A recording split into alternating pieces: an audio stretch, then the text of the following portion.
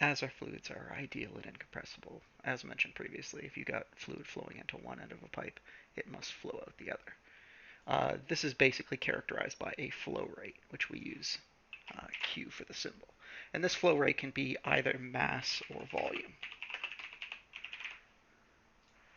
Right? So in other words, when you're looking at the amount coming into and leaving the pipe, you can basically say how many kilograms of liquid per second are coming in and leaving the pipe.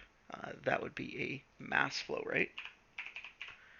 Or you can look at the amount of volume entering or leaving the pipe, which you would measure in like liters per second, or cubic centimeters per second, or cubic meters per second.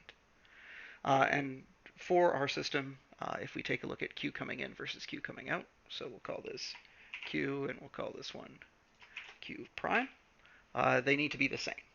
Now, given that our fluids are incompressible, mass and volume are always going to be directly related to one another, in which our mass is going to be our density, which will be constant in an incompressible fluid, multiplied by its volume.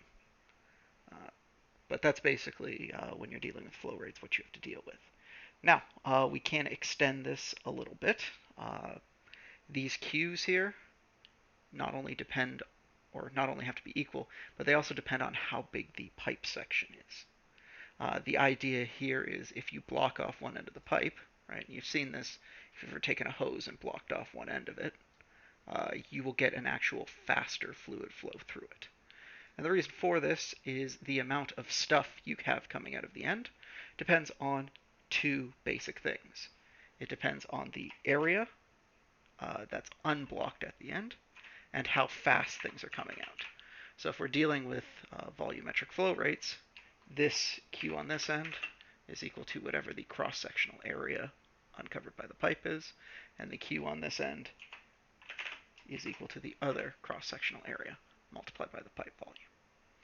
And typically speaking, again, these Q's have to be equal, so the area on one end multiplied by the speed of the fluid on one end must equal to the area on the other end multiplied by the speed of the fluid on the other end. Now, because we can use mass in addition to volume, you can take both of these and multiply them by the density.